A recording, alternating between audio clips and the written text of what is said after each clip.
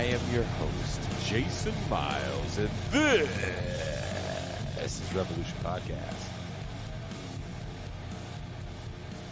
This episode was a fun one. This has been in the works for a long time, like months in the works. And I will admit that a big reason why it couldn't have gotten done sooner is me. It's my fault. Procrastination, busy, moving, in transit, fighting with homelessness, you name it. So many excuses why we couldn't do this in September. But we got it done. We finally got it done. If you watched or listened to the sports show, then you heard me confess that I've been sitting on this book for a while to give to Marcus and everyone to read, to get prepared for the show. It feels so horrible. And Marcus did admit, I admitted as well, that sometimes I send the book out last minute. But no, not with this one. Marcus had ample time to prepare. And this one actually had me go back and watch Back to the Future. I wish I could share this book with you guys, but it's not ready yet. There's no publisher for it yet. But his chapter about Back to the Future Part 2, we talk about it definitely a lot in the book. I went back and watched Back to the Future Part 2 for the show. Because I was like, let me watch this. I don't remember this movie. I vaguely remember going to the theater to watch it. Like, maybe I was 12. We went and watched it. I remember not liking it. And maybe I watched it again on like VHS and not liked it. But I definitely didn't like it because it's so dark. I don't remember the first one being so dark. And in hindsight, seeing how they modeled the Biff Tannen Back to the Future 2 character on Donald Trump and the Trump-like dystopia that was, for a time, Atlantic City, or is, I've been there in a while, is kind of frighteningly prescient, right? So good. Also, to think about a movie like Blade Runner, which is really dark. You know, Dan and I made some kind of silly jokes about it. I think Dan at one point in the show says, yeah, couldn't get into Blade Runner, no figures. And, you know, that was me for Blade Runner and Dune as well. Like, really, like, if you didn't really have a figure line, I'm with Dan on that one. Yeah, wasn't messing with you. You had no figure line. But the stark kind of bleakness of Blade Runner has been where we've stayed with a lot of science fiction. One movie that we didn't get a chance to talk about that I think is kind of, you know, I always bring up on these shows is Demolition Man. Because sometimes I feel like the world we're in now is headed towards Demolition Man. Like that is some Bezosian, Zuckerbergian, Dorsian utopian fantasy where the tech oligarchs have fixed all of the problems of inequality, and now everywhere is a chain restaurant, and music is jingles, and sex is virtual. That music means I've been talking too long. This is a fun show. Toy Galaxy's Dan Larson, one of my favorite writers, Dr. Michael Harris, and I am host.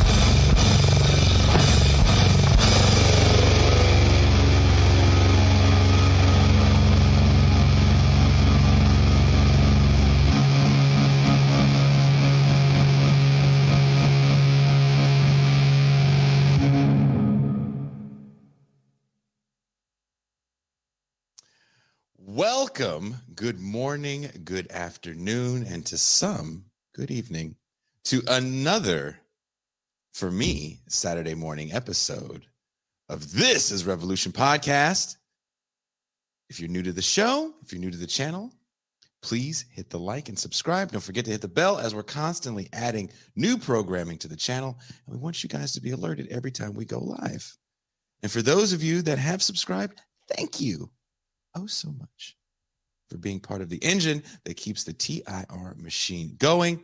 Today, I will not be having Pascal Robert with me because he's on assignment. And that assignment is to finish not one, but two very important essays.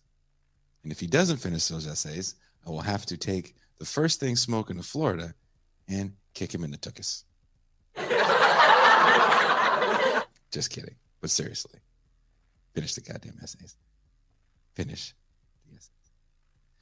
But I do have some very, very suitable, I won't say replacements, because these guys are part of the family. They're part of the crew. Extensions of the show. So let me bring in my co-host. He's also my homie. He's also my dog. He's also no longer the only recipient of affirmative action in Maine. He is Marcus of the Left Flank Vets. Peace and greetings to the chat. Peace and greetings, Jason Miles. I have to take Pascal's saying just to make sure that we get it in. But what's up? What's up? Good to see you.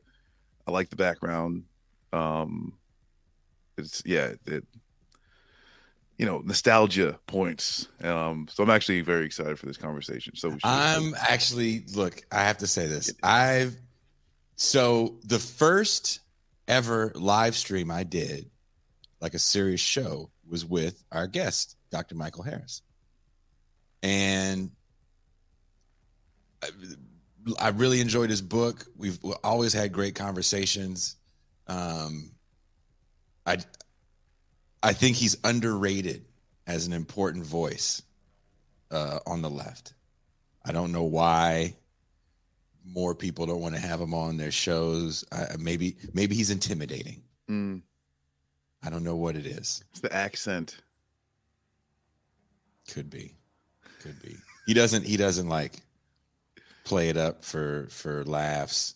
He's very serious with that accent. He's like Simon Cowell. Well, the subtlety brings a seriousness to it. Mm-hmm. Doesn't laugh much. Yeah, maybe that's what it is. Maybe we need to get him an agent. Yeah. Who's the angry cook guy? Maybe if he could be like more Gordon Ramsay. Yeah, yell at people more. That's our thing. Fuck off. Yeah. And have some Britishy way to tell someone to fuck off. Yeah. That's what it is. Well, and our next host is British. He will tell you to fuck off in a Britishy way, but he is trying to adopt an American accent. He's doing a horrible job of it. I will say horrible. He's also tweeting these surveys that are hilarious. Is he the most left member of the crew? I don't know. I actually said on air on Ben Burgess's show that he was. Does he appreciate shit like that? Nope. Nope. Jean Bajla. Hello. How are you? Greetings, Jason. Greetings, Marcus. Well, thank you. That's very kind of you. We got into a left off in Twitter, and the real answer is none of us are really left compared to Vaughn. But I would say this.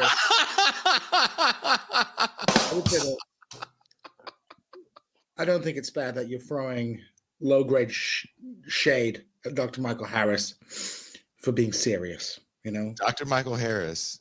He's like, you coming on here going, Dr. Michael Harris. I don't know why anyone listens to him, and no one listens to him. No. I'm not throwing shade.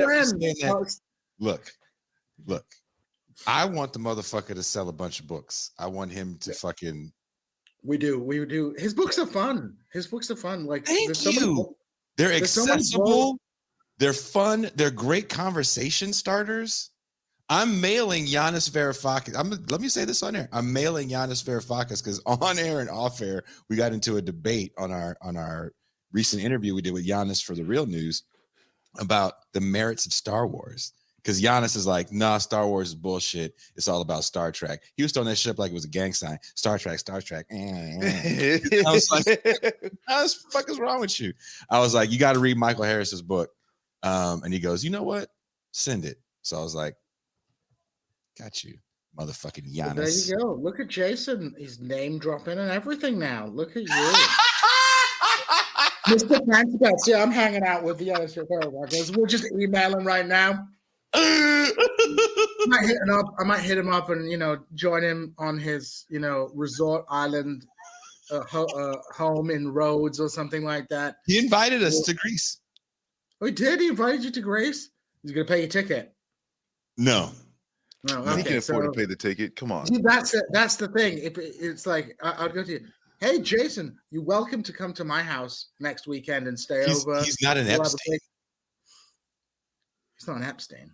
Yeah, he's just like, hey, come. He's a leftist. You know how we are. We're not doing that well. Like, you're doing all right. He's doing well. He was a finance minister. Of Greece. Still being better than not being a finance minister. Yeah. Yeah. Okay. Let's bring in our first guest. Our first guest is the host of probably my favorite show on the internet. Another person that I hope gets a network deal, because I like what this person does way more than like the Toys That Made Us. I'm like, it's cool. Toys That Made Us is not that good. Like, Toy Galaxy definitely tip top when it comes to it. Yeah, I'm like, how do these two guys get more in depth than these people that have a Netflix budget? Because he loves the toys in his heart. It's not just a business, it's a passion. Well, let's bring in that passionate man right now. He is everyone's favorite pop culture host. He is the Dan Larson of Toy Galaxy. What's up, guys? That was a hell of an intro. Hello, good morning, good afternoon, good evening, wherever you are around the world listening. Thank you very much for having me on again. Oh, dude. I've been wanting to do this episode with Harris for a while because Michael Harris, I follow him on Instagram. And for a while last year, he had been reading a bunch of books about future societies, and he was like throwing up these big ass essays on Instagram. And it was really interesting. He's like, oh, I got a book. And he sent me the table of contents. And I was so enthralled by the table of contents, I didn't notice that he had fucking sent me the draft. I was like running around with just the table of contents. I was staying in the Central Coast at the time. And the people I was staying with, I was like, because they're all huge sci-fi nerds, right? And gamer nerds. And I'm like, dude, look at this we gotta fucking watch Back to the Future. We gotta watch Blade Runner again. And then I can get into a 9-hour conversation about fucking Blade Runner and Transformers and all this other shit. So without any further ado, he's still in the green room. He's ready to go. He's got his intellectual thinking cap on. He's ready to blow our minds.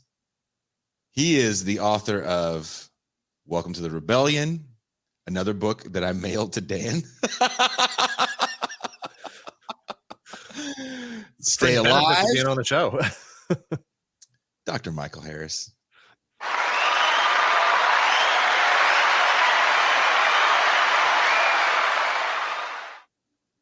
Good morning. Dude. I've never been likened to Simon Cowell. I don't know what to do with that. Fuck off, I guess.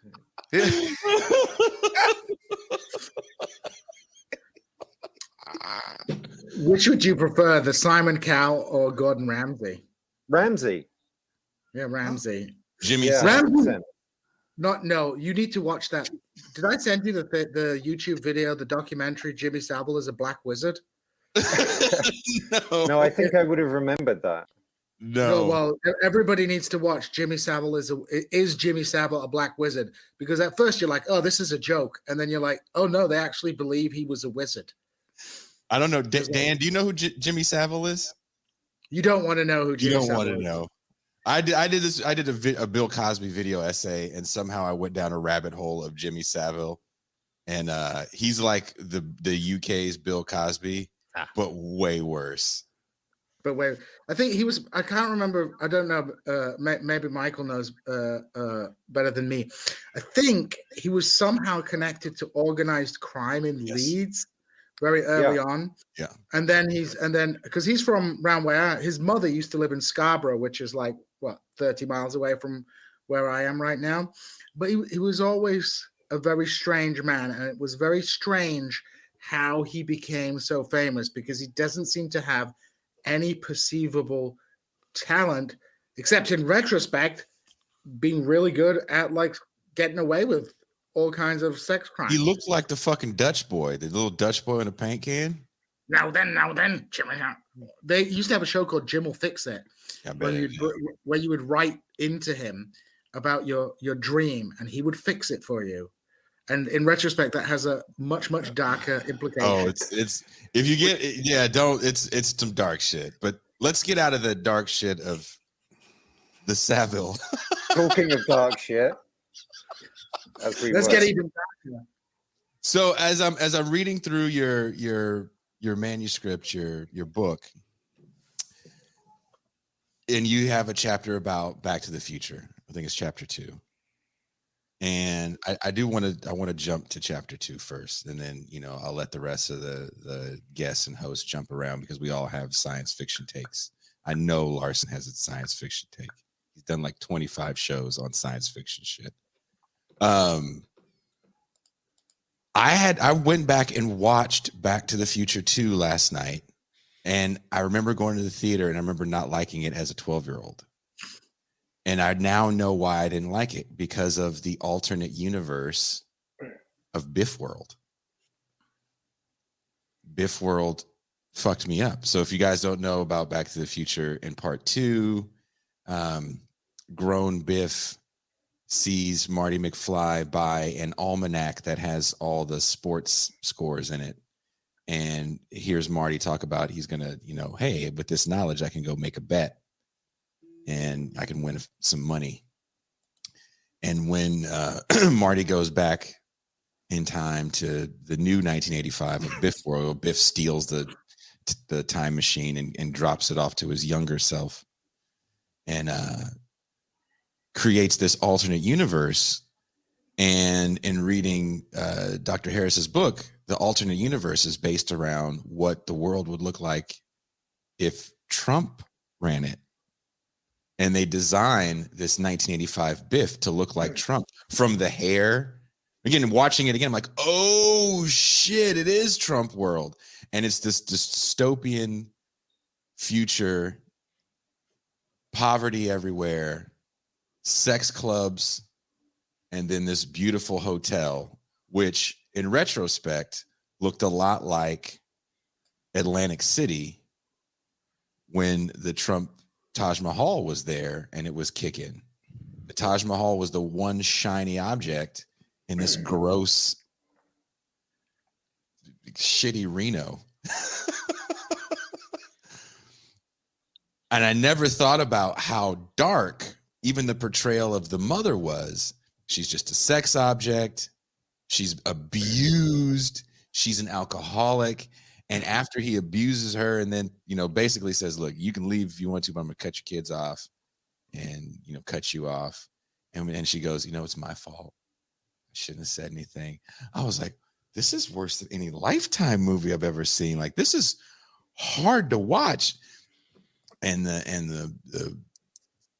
my lady friend I'm watching it with is like, I can't watch this. You got to turn this off. This is like rough.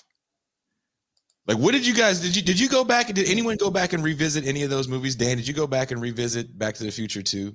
I've seen it relatively recently. I didn't really feel like I needed to refresh on that. It was still relatively in my head, and has been since 2016. That, Biff Tannen timeline. I've referred to it that way in many videos that we've recorded since then, as far as the Trump presidency being the it's arrived. We're there. We're in shitty 1985. Like, this is the place we don't want to be. So as a kid, I enjoyed Back to the Future too, because I liked the shiny pop version of the future, with even the parts of it that didn't work, just the idea that the technology was there and doing things, 15 different monitors on the television and the fax machine in the closet and hover boots and all that kind of stuff. That was the flying cars and the the hoverboard, and those were the things about the future that I was excited about, and that I was glad to finally see depicted that way. It was definitely the optimistic future of 1985. Like, we can't get to that future from here, but we could have gotten there from 1985, absent the hover technology and that sort of thing. Hey, we love hover technology. What's that? Can I just? We love hover technology. That's the greatest.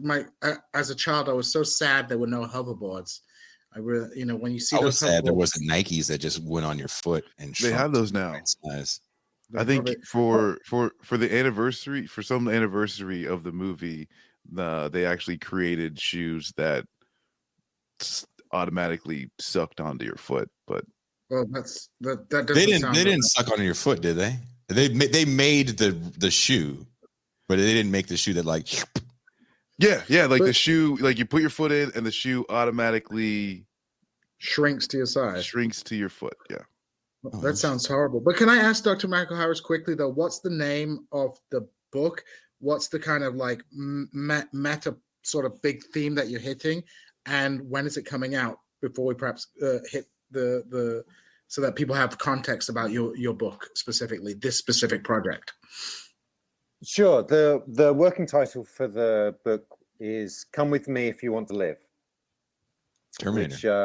Which is a quote from Terminator, of course, and it's a study of 9 sci-fi movies, dystopian sci-fi movies, and how they are predicting the future we're living in increasingly, and how, if you trace it back, the flowering of 1970s dystopian sci-fi in particular, and that really rich period of like serious but still popular sci-fi, when it went more mainstream in the wake of Planet of the Apes 2001, was really in particular reflecting new left environmentalism, when environmentalism moved from being about conservation, which conservatives, Republicans could support, to being more of a critique of capitalism, industrial capitalism. And the argument in the book is really that that helped create the new right, the Reaganite right, the Thatcherite right, as a well-funded, organized project to push back that new left environmentalism, and it succeeded. And so one of the roles that sci-fi took up was articulating those premonitions of collapse, and that's one of the reasons you get that rich period in 1970s sci-fi film in particular, that was telling us about the future we're increasingly living in. But there's that weird sense of, because we saw it in film, we all kind of know it, but in another way didn't take it seriously. And that's really the main implication for the left, is how we're living in what's been called this implicatory denial, that we know this stuff, but our politics is not reoriented around dystopia and collapse. We recognize it. We're not in denial about climate change or any of the other crises we face, but it doesn't really fundamentally reshape our politics. Whereas I think it has actually fundamentally reshaped the politics of the right. You know, Trump is a dystopian president, the first dystopian president, a recognition of dystopia. that, and going back to the Future, that's, it's not the most obviously dystopian sci-fi movie, but actually the more you look at it, it is a dystopian sci-fi movie. Even the first movie, which appears like a kind of very Reaganite film when you first look at it, it's about how can this middle-class small-town American family return to material success. But even there, the small-town utopia is beginning to fray in the background, and then the second movie takes that further, I think, and really runs with it. So that's essentially what the book is about, and it's out to publishers and agents at the moment. And I guess one thing I found interesting is like you described is part of this is these movies kind of like predicting, but also, and especially you go like the V Vendetta portion of this is describing, it's more of describing reality than it is, predicting the future. Like if let's look at the material sense of like what's going on in America, United States, largest, prison population in the world, and like the continuing like increase in militarization of policing, all of these things. Like V for Vendetta is less of like what's looking forward than, if we actually took an account to what's going on around us, it might be just like what's happening now. And beforehand, even before we'd gone on air, I was talking about how there's this like a Turkish AI drone that had the first completely automated, kill of a combatant, and so like I joked like, hey, Skynet's coming online.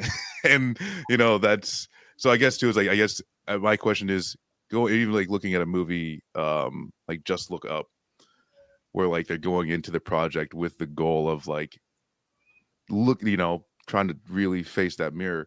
I guess the sense is like, what do you think is like,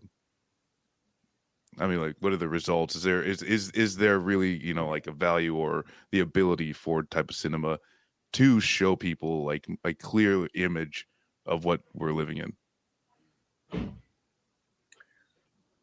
Well, I think, well, this is the paradox, isn't it? That we've all seen these visions of the future, and they're so commonplace that in one sense they've lost their power to shock. I mean, if you think about cyberpunk, because I start the book off talking about Blade Runner and talking about how that's both a very cliched now vision of the future, which remarkably is more than 40 years old, but it still feels relevant. You think about how quickly sci-fi dates, and yet we have this vision of the future which hasn't dated. You could show anyone, a frame from Blade Runner or any cyberpunk kind of movie, and they would not only recognize kind of where that came from, but also still think about that as our future. And so I was intrigued by why that is still a relevant, prescient vision of our future and increasingly our present. Why hasn't that aged? And it's because neoliberalism has stuck us in that future and not allow, it was a deliberate project to not allow us any other futures, to close off any other futures that were being opened up by the 1960s, 1970s New Left and other new social movements. So part of the problem is the familiarity. We're no longer shocked or alarmed by them. And there was a period where we could have changed the future, and that's what those early 1970s dystopian sci-fi films were urging us to do. And then I think in a way you can say Blade Runner comes at the end of that, comes out in 1982, but really you can see it as the capstone of that 1970s sci-fi dystopian trend, and says, well, it's too late now. It's too late. This is your future. And the reason people initially reacted badly to Blade Runner was because it has no kind of Star Wars like liberatory project in it. There's no one fighting against that future. It says, this is it. This future is set. And Blade Runner, yeah, it's a great. really. I didn't like it as a kid. It was really No. dark. Dan, and I don't think you've done a Blade Runner show, have you? We've not touched on it yet. No. Are you going to? It's possible. It's possible. We're sort of starting to touch on movies as individual episode subjects at this point. Blade Runner is going to be a dense one for sure. You know, we're around the same age. How did you like Blade Runner as a kid? I didn't see it as a kid. I didn't see it until probably almost by the time I had graduated from college. So mid 90s, late 90s. So it hits different at that age than it would have hit, you know, if I had seen it, you know, as a 10-year-old or something. I honestly probably wouldn't have been able to pay attention to it at that age because while the visuals are interesting, I don't think I would have been able to follow the story, honestly. I think it just would have been too slow and not flashy enough. And, you know, where's the spaceships, you know, fighting each other? I didn't see Alien at that age. I didn't see Aliens at that age. You know, those were all movies that I saw years later. I don't know. Maybe my parents had something to do with that. Like, you're not going to like this, or this is too much for you to get. Not sure if it just didn't appeal to me. Oh, you're lucky because my dad was like, yep, that's what we're watching. It's Platoon for you, kid. I saw Predator for the first time on vacation at my on HBO at my grandparents' house, and was like, Oh, wow. maybe I'm too young for this. Maybe I shouldn't have seen him get his chest cavity blown open. I had to watch all that because my dad was like, I had a weekend dad, and he would do this thing. I don't know. Mark, well, everybody's parents is married on the panel. It's shit. But my dad would be like, we go to the video store, and he'd be like, you can pick one movie, and I'd pick some kid ass movie, and he'd look at me and be like, no, we're not getting that. So it was like we're getting, you know, Terminator. I was like, all right, There you go. We're living that trauma, but we do have a super. We live it, Jason. What the guests should know is that TIR, in addition to being an internet show, is also a big long therapy session for Jason and Pascal. But we have a super chat, and the question to Michael is: any thoughts on Bryn's existence and its projections about the near future? That includes augmented reality, balkanized politics, professionalized amateurism. I don't know anything about it. Do you have any thoughts on Bryn's existence? I do not know that. Is that David Bryn, presumably? Yeah. Yeah. Okay. Yeah. I don't. I haven't. I mean, it sounds kind of typically cyberpunky, but without knowing more about it, I couldn't say. Someone in the chat also said that Soylent Green, which is one of the other movies I discuss, is set in 2022, which is true. And that film is kind of the center of the book because firstly, it's the backdrop is an environmental crisis, and they talk about climate. They reference climate change. This is a film that came out in 1973. So again, you know, we knew. But that's not the only film in '73 that talks climate change. What's the film with Bruce Dern? Where Silent Running. Silent Running. I actually used Silent Running for a video clip recently, and I had never heard of it. I actually checked out quite a bit of it when I was making this clip. That's a dark ass movie about. Oh, that's so sad. Yeah, very dark. And again, another film that assumes our failure to turn things around. Yeah, I mean, there is a very negative. I think. I mean, I didn't complete reading all the manuscript, but it was a bit of a doomer. I mean, I don't know if there's a happy ending at the end, but it was pretty doomsday in my book. But that seems to be the elan of science fiction of the last 40 years. I mean, I don't see very many attempts at utopia anymore. Anyway, you want to say something, Dan? Yeah, what I would say is that sort of era of the dark, the resigned future of a dystopia, that era of science fiction has led right into our new era of superhero worship, and that the powerlessness that we feel on a daily basis because the leaders that we have that have the power to do something, to do anything, our perception is they're not doing anything. You know, we keep trying to elect the right people, keep trying to put the right people in office. They keep speaking to our concerns and then not delivering anything. And so we've seen this sort of rise of the superhero as the individual, the vigilante working outside the law, you know, who can make change, who can deliver results.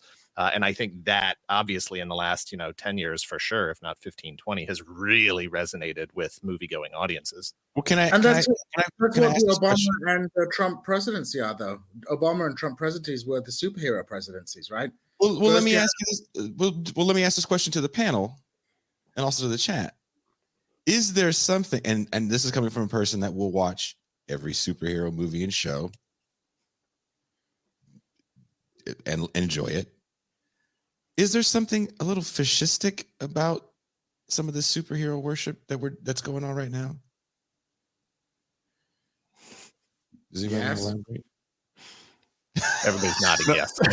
Yeah, like as soon as Dan was making the point of like how the art kind of transitions from having a void and then it being filled by this mythic hero, like the first thing I thought was like all of these nerds that will do everything they can to defend Elon Musk, and it's like and just like they or like somehow his personal exploits, his personal endeavors, will somehow save the world just because he's so smart, like even though he's like literally invented almost nothing. He invented a plug. Like he redesigned the plug so that only Tesla plugs, like it was like he just basically did a capitalism, like he just made it so it just made it Tesla's a little bit more expensive, a little bit more exclusive, and like that's it. And he said it's got to be carbon fiber. Like the guy's not a genius, but there is this, the superhero worship that's somehow he's going to save the world. I don't know. Go ahead. Sorry, I just want to say, aren't they making like an Obama style Superman movie as well? Because I think this is the thing. We both the Trump and Obama presidencies are like very similar to each other in many ways, because both those presidencies gave you policy-wise pretty much like Obama did the basic Democrat stuff. Trump basically did the traditional Republican thing. But, it was all about style presentation, and people projected all their like hopes and dreams, whether it was liberals looking towards Obama or reactionaries looking towards Trump, onto like this superhero leader who would like save the day. And that really does kind of chime. I really think that's an important observation, Dan, that chimes with the kind of this kind of superhero culture that we have in society, where problems, the collective people acting as collectives can't solve anything. But if you just have one super strong guy to come in to cut away from away for everything, you can do something. Yeah, the further analysis of that is that comic books and superhero comic books have always been adolescent power fantasies. They have traditionally in the U.S. in the West been a children's entertainment medium, and the characters are so simple, and the colors are bright and vivid, and the a lot of times the powers and the situations and the scenarios are ridiculous, because they're not trying to be told to a mature reader. They're being told to a kid who is just indulging in the idea that they have power, that they can affect the adult world, even though they're 7, 8 years old. And so, looking at that through the lens of like that being popular media, I can say at the same time, it's like that worries me. Because it is supposed to sort of be a child medium, but I know that you can also, deal with mature stories in that. But I think it does speak to the same kind of frustration of the 8-year-old who looks around and says, my needs aren't being met.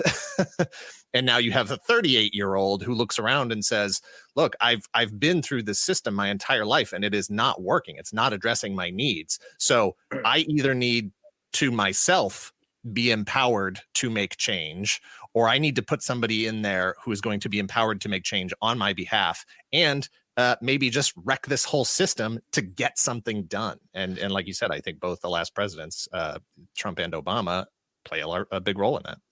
extending from Trump though, does QAnon, you think, serve like those same purposes?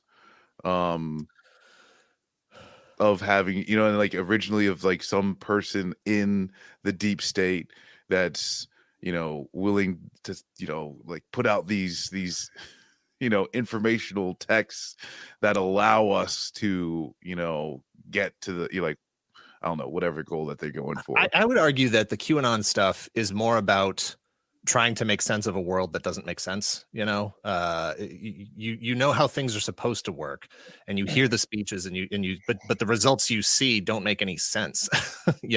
And so if someone is now telling you, look, there's a plan to all this, you just be patient and watch, and gives you all these, I knew it had to be that guy working in conjunction with this guy behind the scenes, and that it all makes sense now. That I think that's the allure of that. Yeah, it is. It's we are magnetically attracted to storytelling, and our lack of effective storytelling on the left leaves people open to wild stories. But the thing about QAnon, of course, it's doling out the story piece by piece, so it's an episodic story as well. It's not just like Disney Plus and all the Star Wars shows, right? And they get you, and they get brought to you by hooked Fox. Yeah. It's QAnon brought to you by Fox. That'd be awesome. But rather than, I mean, we can mock people for believing crazy shit, of course, and we should, but also recognize the power of storytelling and our absence from that competition. And which is why I'm interested in writing about popular culture and its potential. And why aren't we drawing on popular culture? That's actually what I wanted to ask then. Like, I wanted to perhaps follow up on a point you made right at the beginning. So you say the left hasn't learned from this popular culture, but the right, and I assume you mean the radical right specifically, is learning from this popular culture. And my observations, for example, is like this is like super clear in like meme culture, in the online forums, in the way that, I remember saying, I don't know if you remember last time I talked about myself being a fan of the Warhammer 40,000 franchise, and Trump was like depicted as the God Emperor of man, with like the Emperor from 40K with this thing on. There was all this kind of stuff. So could you perhaps like outline a little bit about what isn't the left learning? Because I think a lot of left people do talk about science fiction, right? But like perhaps they don't learn the lessons that you're talking about. And what is the right learning by adopting these kind of things? Like, I'm looking at it in a superficial way, but is there like a deeper level in which they are learning from these sci-fi dystopias? Well, there are at least two levels, right? So there's the storytelling level, and the way you can use popular culture to kind of quickly reference things that people are already familiar with. So, dystopian sci-fi is, if I say a cyberpunk future or a Blade Runner future, or, people immediately come up with that image because we're so familiar with those visions of the future now. So there's that kind of level. And then working back to say, well, how do we get to that future? Environmental collapse in food production system, collapse of political institutions, and so on. And telling that story and looking like we notice. The thing about Trump and co is they look like they've noticed that people feel like they're living in a dystopia. We sometimes don't seem like we've noticed that people feel like they live in a dystopia, despite the irony being, in Marxist political economy, it's a theorization of crisis, and yet sometimes we don't seem to be talking that much about crisis, actually, because then we go back to getting caught up on kind of having technical policy debates about this or that. The Trump narrative is a narrative about I recognize you are living in a dystopia, and I'm going to do something about it.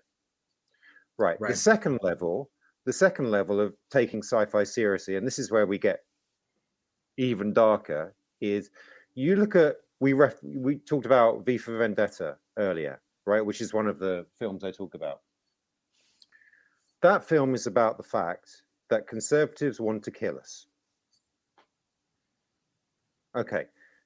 If we take that seriously, which I think we increasingly should, what are we going to do about it?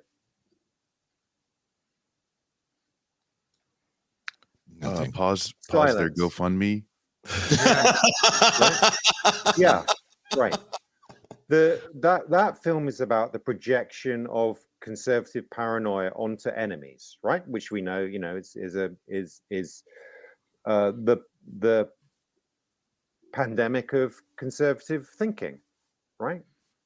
Which goes back a long way, and they project us as the enemies within who are seeking to exterminate them when we're not, and so they think they need to exterminate us first. So if we take that seriously, and you obviously know how the debate in Republican circles is developing in the United States, how do we respond to that? Dan, did you want to say something? Look like you wanted to say something. No, I'm listening intently. I mean, so obviously, QAnon and so on, they think that the evil Clinton space lizard child-eating monsters are setting up internment camps. I mean, they've thought that, in various waves since. I remember hearing, about internment camps in the 1990s, and black helicopters and all of that. There's always been that strain of paranoia, but that virus is increasingly spreading through the right and becoming increasingly mainstream, as you know, and we know from history what that turns into. That they're going to round us up before, ironically, they think we've got a plan. They're always talking about our plans. We haven't got a fucking plan. But AOC and her plans. It's always AOC.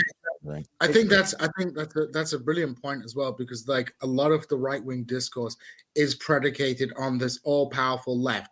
And and this all-powerful left narrative is also fed into by mainstream liberals in the United States. I read an article recently. It's like the reason the Democrats are failing is because of the left and AOC.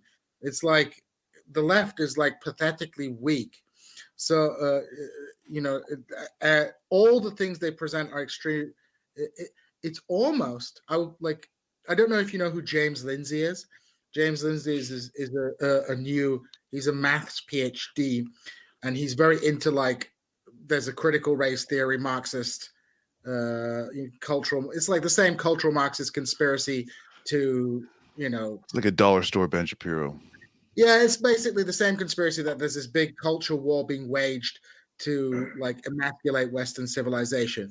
It's almost though as if when I hear him talk about that, it reminds me very much of Max Weber's Protestant ethic of capitalism, where the ethic of capitalism comes from religion, whereas and then develops in a kind of secular version where you just save money for the sake of saving money. James Lindsay is the secularization of anti-Semitism. So you have this anti-Semitic conspiracy theory tradition on the political right, but it's kind of shed the overtly anti-Semitic parts, and it's now just there's a pure cultural conspiracy. So now instead of it being the Jews doing it, it's all these cultural Marxists. There's a kind of secularized version of that, and that kind of pervasive, that ideology, that idea is pervasive.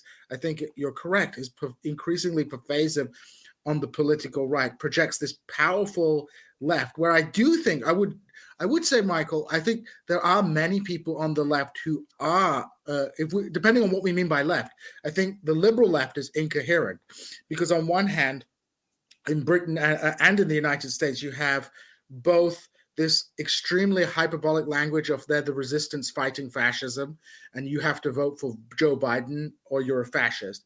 And then those same people will be like, well, we have to reach out to moderate Republicans. And you can't really have both. You can't say the Republican Party is a fundamental threat to democracy at the same time as saying, well, our agenda has to win Republicans over. That's incoherent. But on the left, I do think I think the majority of people on the left are increasingly aware of this extremely violent and reactionary language. I think the question is like, what do you do about it? How do you approach it? And I think that's where I think we're lost. Not in so much of even recognizing the problem, but it's like the kind of we don't have any future, so we don't even know what we would do about it. There's a theme that kind of I think the reason why Harris resonates with me is because of my punk upbringing and the kind of no future theme in that. And when you watch a movie like Blade Runner, and he points it out really well in the first chapter, where it's like, people just kind of accepted this shit as this is what it is. Overpopulation, pollution everywhere, really dark, stark. Everybody's fucking depressed. That's another reason why that movie was really hard to watch as a young kid. There's hope in Star Wars, right? Luke Skywalker's looking out at the hot ass suns, like, one day I'm gonna be a fighter pilot like my daddy. Like, and there's hope in that story, right? There's no hope in the other science fiction stories that follow. Mad Max, Blade Runner. Well, people, I think Michael brought this up last time he came on. People look at Blade Runner as a utopia now. That's how perverse things are. People are like, wouldn't be freaking cool if we lived in the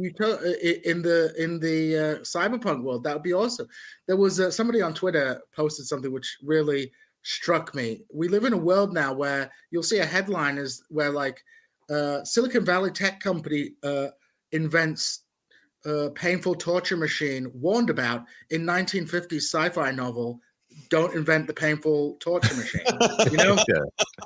Like people. I think maybe not the kind of militant grassroots fascists, but I think there are kind of perhaps like right-wing tech reactionaries, the kind of people that Corey Pine writes about in Live, Work, Work, Work, Die. These kind of people who view these cyberpunk, Soylent Green, RoboCop, all these kind of science fiction with things that a regular, normal, not psychotic person would see as a dystopia, as being something you can learn a lesson from and you can invent something. I mean, what is RoboCop but public-private partnership? It's neoliberalism. It's neoliberalism. All these things are neoliberal, capitalist, techno hellscapes. But if you're a techno-capitalist, they probably seem like a really good idea. And Silicon Valley, I'm pretty sure most of those people are fully aware of that sci-fi dystopia canon. I mean, what the hell is the meta thing that everybody's talking about now with this? It's to do this like a cyberpunk virtual reality thing. But we live in a dystopia. It's just way more boring and way lamer. I think Mark Fisher had. Well, that's Blade Runner, right?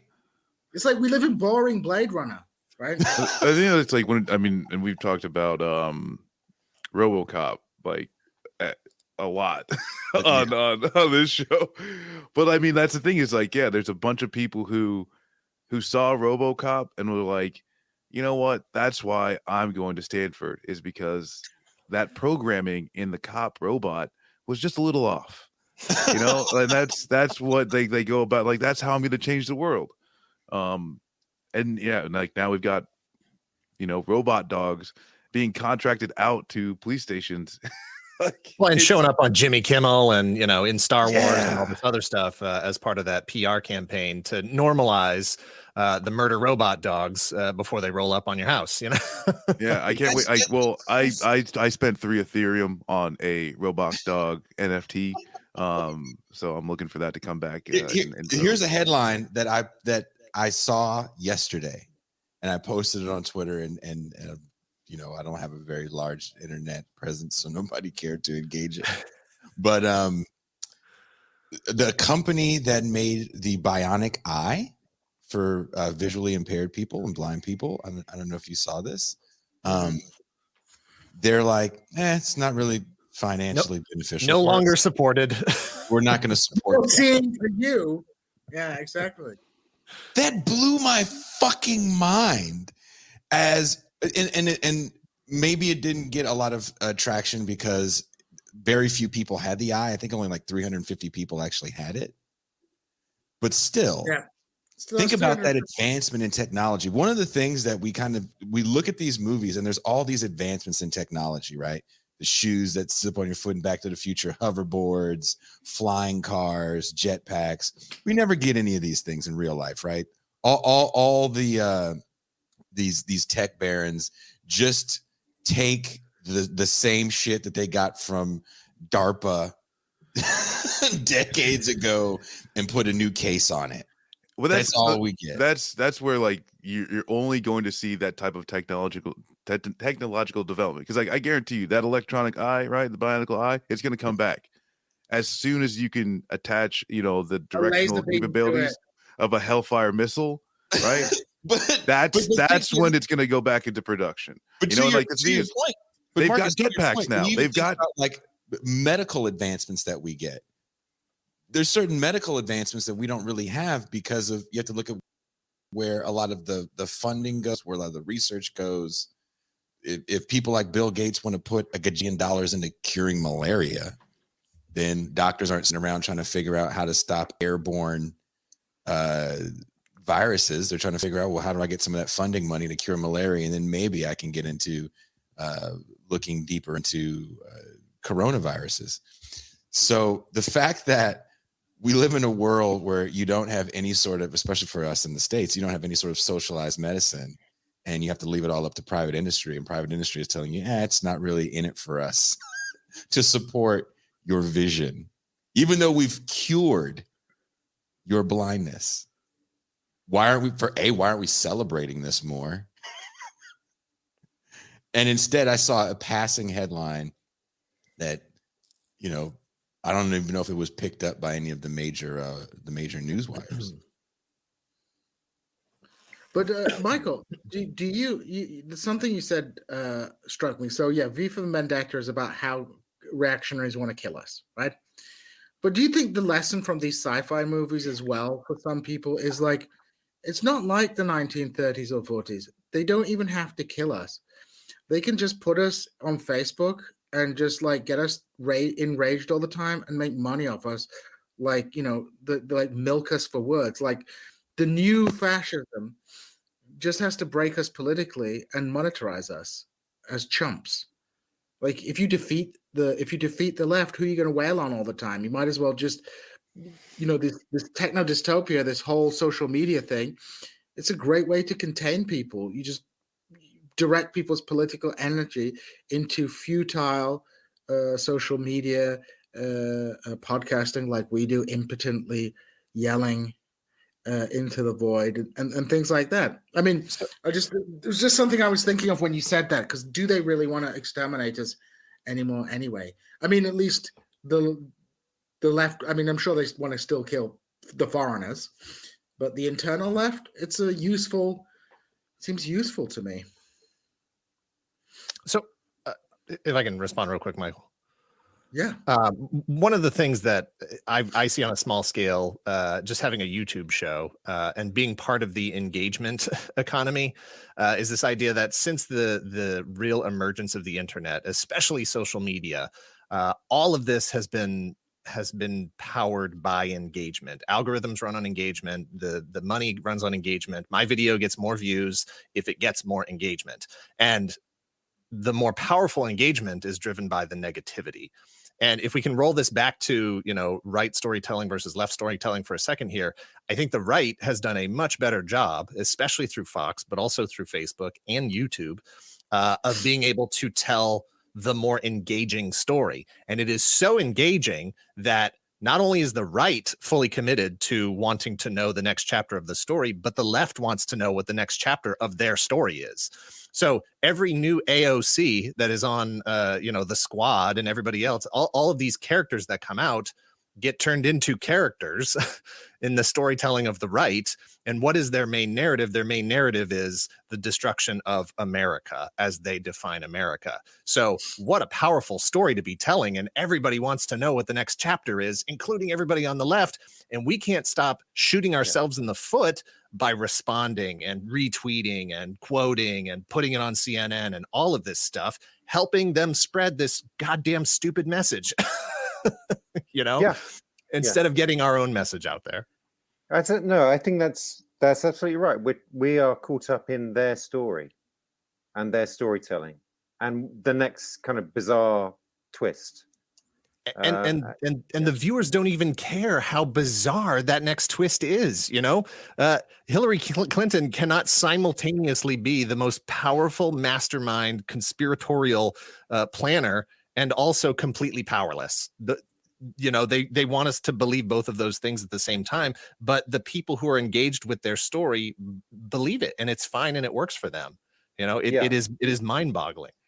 Yeah. Well, this was the same woman that couldn't manage a campaign to win seats that were obviously drifting away from Democrats for years. They didn't notice it, but she's running the world apparently, and planning to imprison political opponents. I mean, again, projection. Can we go back to the issue of hope and kind of what we do now? I end the book talking about Terminator 2, and I was excited when I heard that Jason had moved to Mexico, because I thought he was doing a Sarah Connor, running over the border and building a kind of resistance camp against the machines. I don't know that he's not doing that, but he just hasn't told me what the plan is. We can't tell you on stream. I can't tell you on stream about the resistance that I'm building. But once I learn Spanish, I will have 7 people on my side. Okay.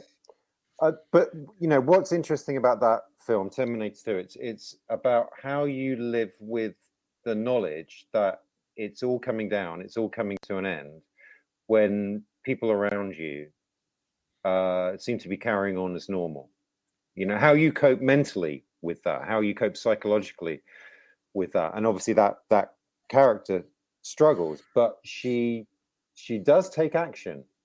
And we always want our protagonists to take action, because otherwise we don't sympathize with them or empathize with them.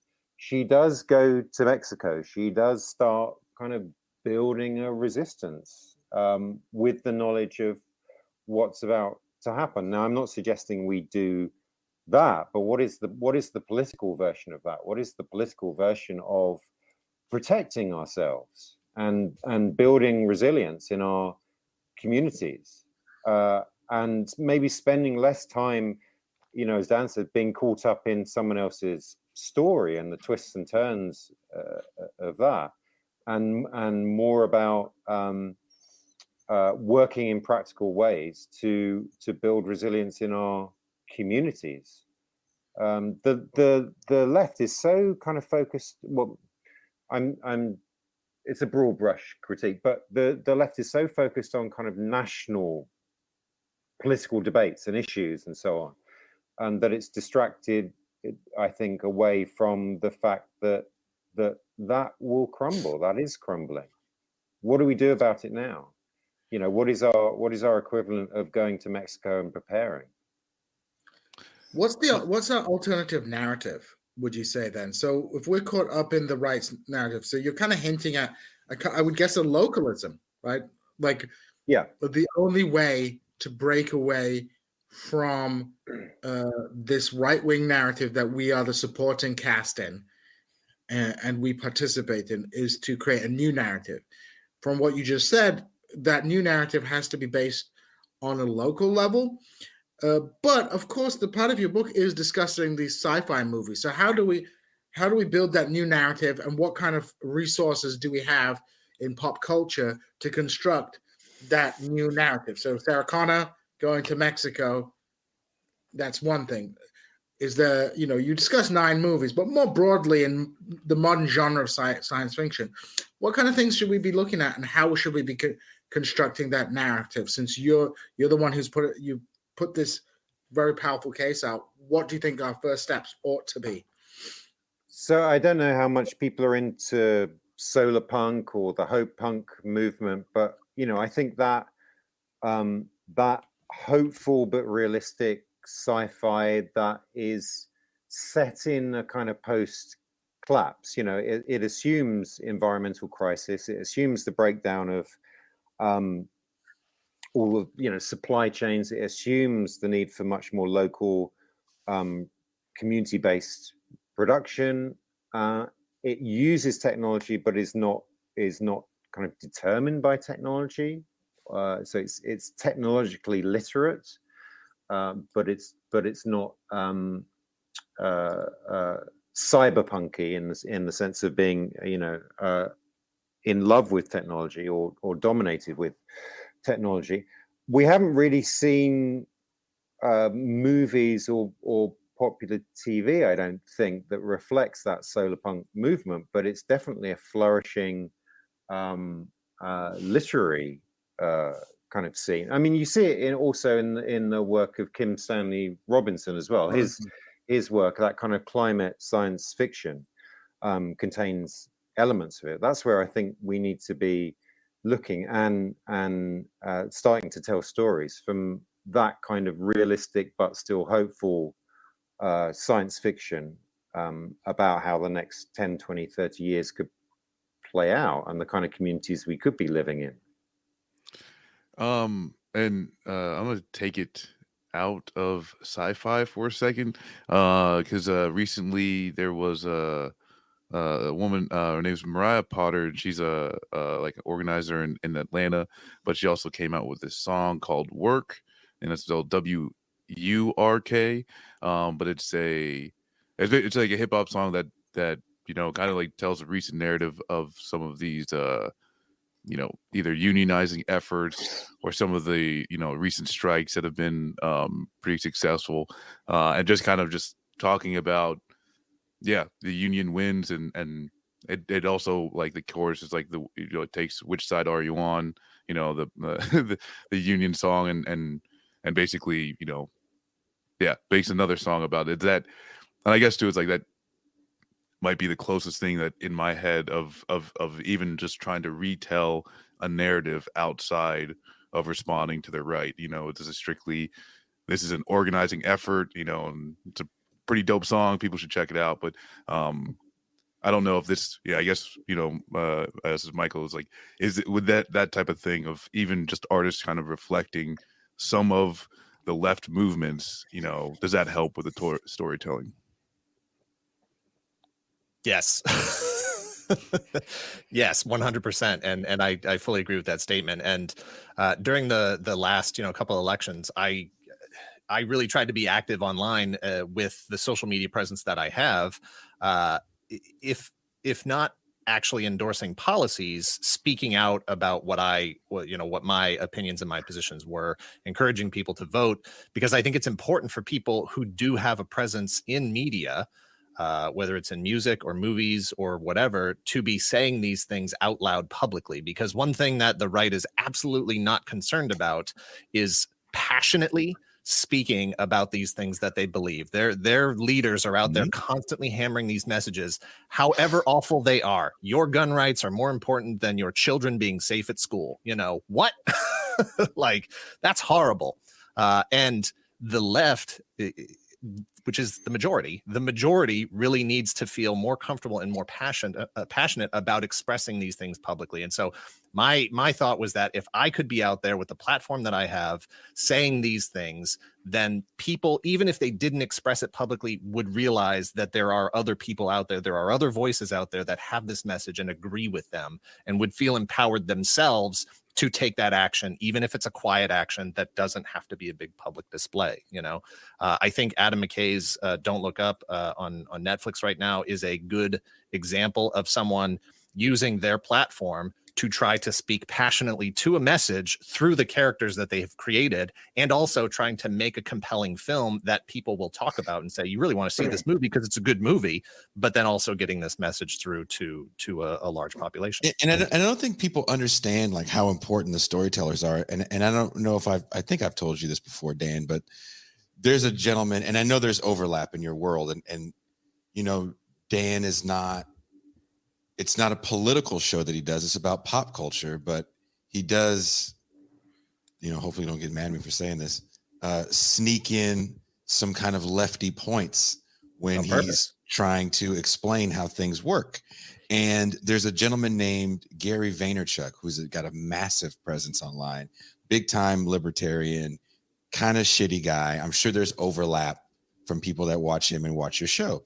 But I remember he had came out with a video where he was basically saying Toys R Us went under because they weren't innovators and they didn't jump on the internet. He just made everything up.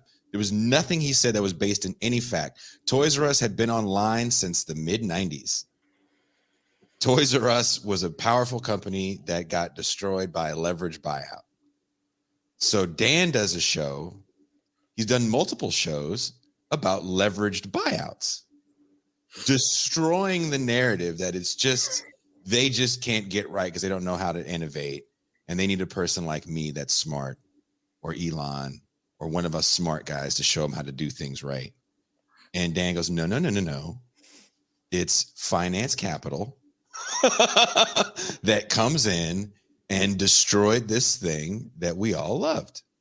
That's powerful to me because that's complicating the oversimplified kind of right-wing narrative of people like that when it comes to especially like companies going under of, well, they just didn't know what they were doing. It's like, oh, no.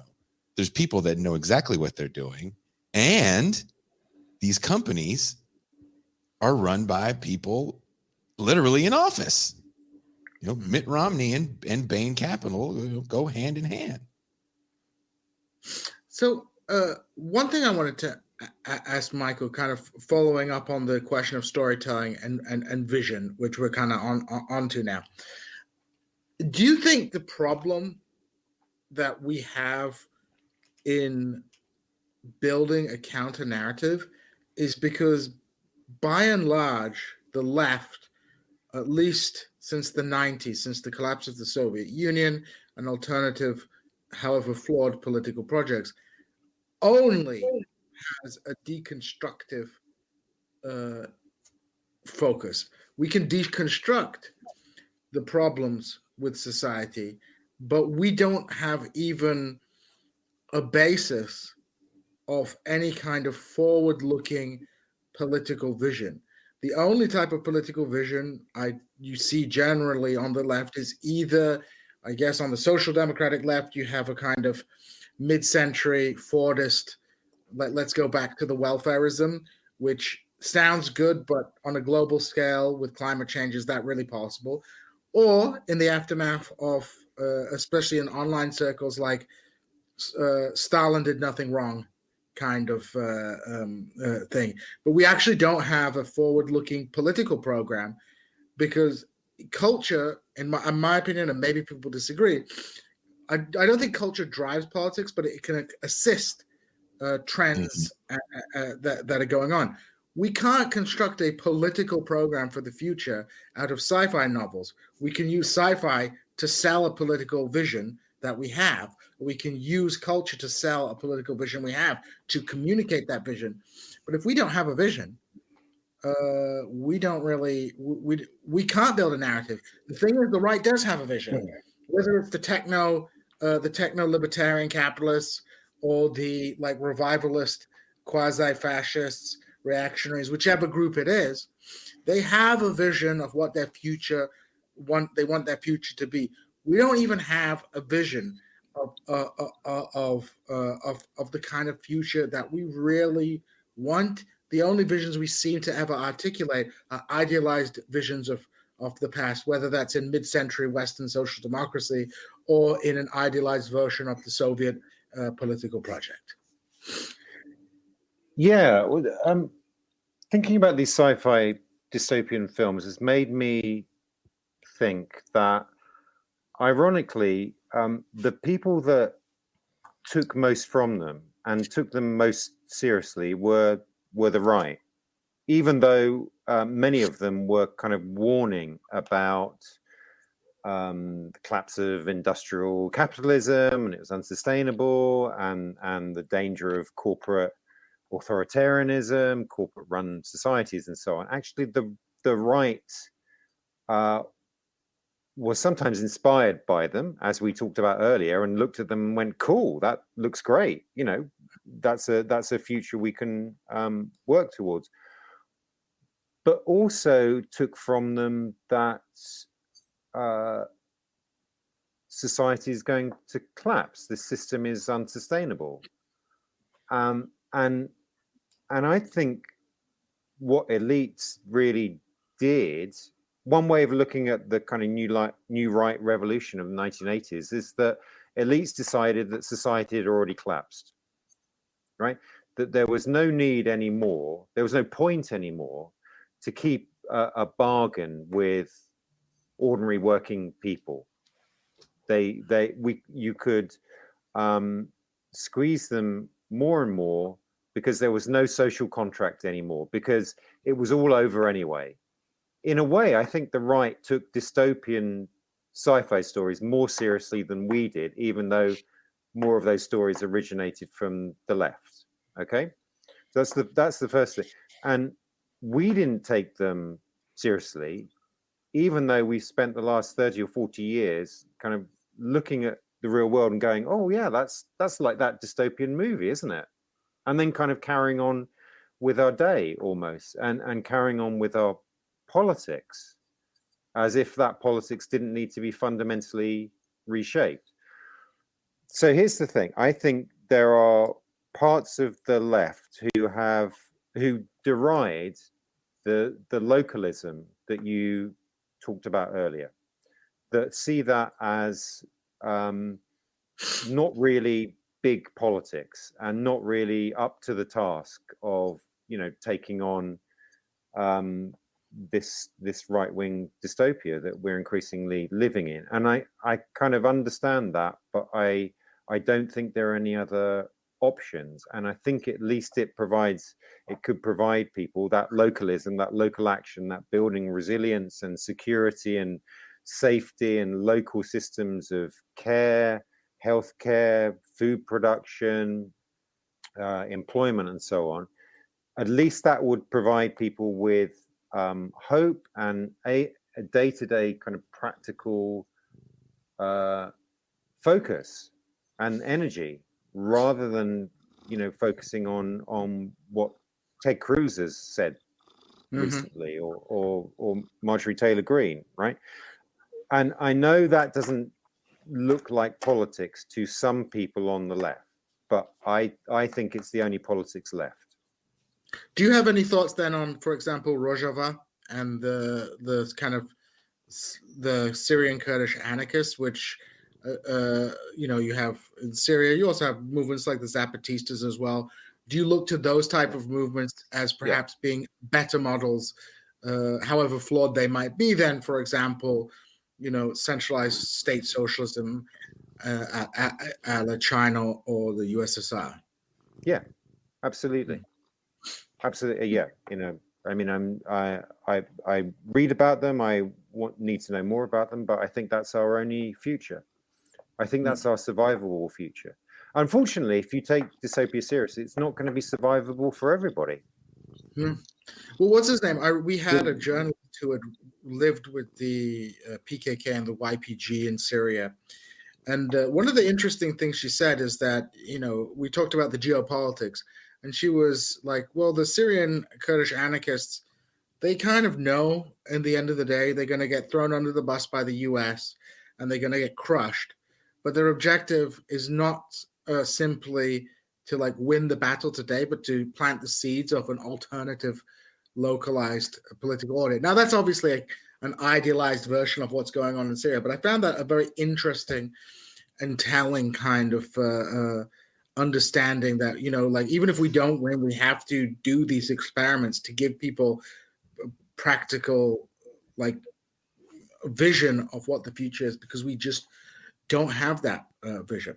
And what I want to ask to everybody is, when we look at the landscape of science fiction today, and there's a lot of science fiction coming out now. I can't remember what I think is V for Vendetta the most recent movie that you cover in the book. I can't remember. It's one of the more recent ones. So, yeah. But when we look at the present sort of offerings of, let's just say, TV and movie science fiction, do you have any thoughts on that? On what direction that's going? On big series that you've been watching, and what you think the current sort of crop of science fiction that's coming out, what kind of visions it's putting forwards, and how it fits into this broad overall argument? Is it just a continuation of the trends you're identifying, Michael? So that's to everybody. Any thoughts? Dan, anything you're watching at the moment that you think is I'll be honest, as far as like pure science fiction goes, I really haven't been watching that much. Most of my entertainment consumption is unfortunately monopolized by the Marvel, Star Wars, Marvel Universe, Star Wars stuff, DC. It's all superhero based, because that's where I'm from. Growing up reading comic books for the most part as my escapism. That's sort of where I've stayed, and wanting to stay up on that story takes unfortunately that investment. What do you think of the new Star Wars then? I mean, because Michael's written about like Star Wars and its utility, and I will defend the original Star Wars as a kind of heroic story, which is fine. I also think the prequels, although poorly executed, they are trying to tell the story about the rise of fascism. It's poorly executed. Someone should have just got in there and been like, okay, George, we're not going to have Jar Jar Binks. We're going to do a couple of things differently. But by and large, that story, you could fix it, right, to make it a good prequel movie. But what's your take on the new Star Wars? Because I've seen the movies, and I have opinions about them. I've seen The Mandalorian, The Book of Boba Fett, which I enjoy, but it's definitely a different type of tone. So, how do you feel about the direction of Star Wars? I think taking it from the animated series, which I think was where Lucas could really dive deep into the story of inequality. And for those of you that haven't read Michael's book, Welcome to the Rebellion, and I know there's some people saying some things about Star Wars, and again, even Giannis was like, well, it's about a monarchy. Kinda. The fact that there's inequality in this Outer Rim region, and now all the new series that we're watching kind of all take place in the Star Wars universe inner city, right? Book of Boba Fett, The Mandalorian take place in the Outer Rim, where the Republic doesn't really have much of a presence. And one of the things that Michael points out in Welcome to the Rebellion is the inequality in the universe was never addressed in the first three movies when the rebellion is trying to defeat the Empire. And if you watch The Mandalorian, that inequality is still not addressed. In the animated series, that's part of the fight. It is this inequality. And you even see things like in the animated series with characters like Ashoka Tano. Am I saying her name right? Rosario Dawson's character in The Mandalorian, who leaves the Jedi Order because of what she sees is like, well, you guys don't really understand, the damage we're doing with these wars. And I don't really want to be a part of this order. And these clones are actually people. There's more complex stories, I feel like, in the animated series that he could get out that way. And I'm glad that the showrunner from the animated series is part of the new shows, but still there is something a little lacking with these new shows. And I do wonder how much you really can do when there is that massive corporate umbrella. Yeah. I question whether or not in the world of Star Wars and the timeline that Book of Boba Fett and Mandalorian are taking place in, we literally just saw the fall of an empire that only lasted about 30 years. And we know from the sequel trilogy that the First Order is the next attempt at that. The first one failed. The pieces regathered. New leadership came up, and they built a bigger, worse weapon.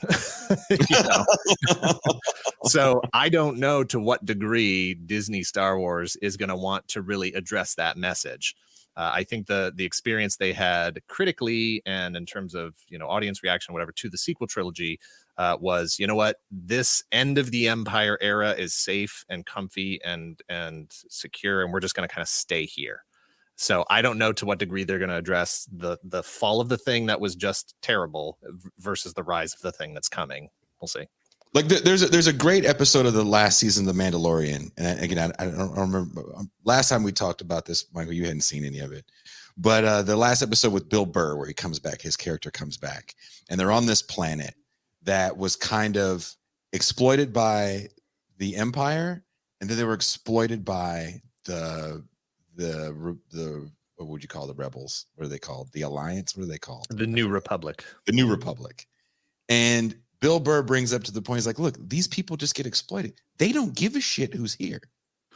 Ukrainians have entered the chat. Who's entered the chat?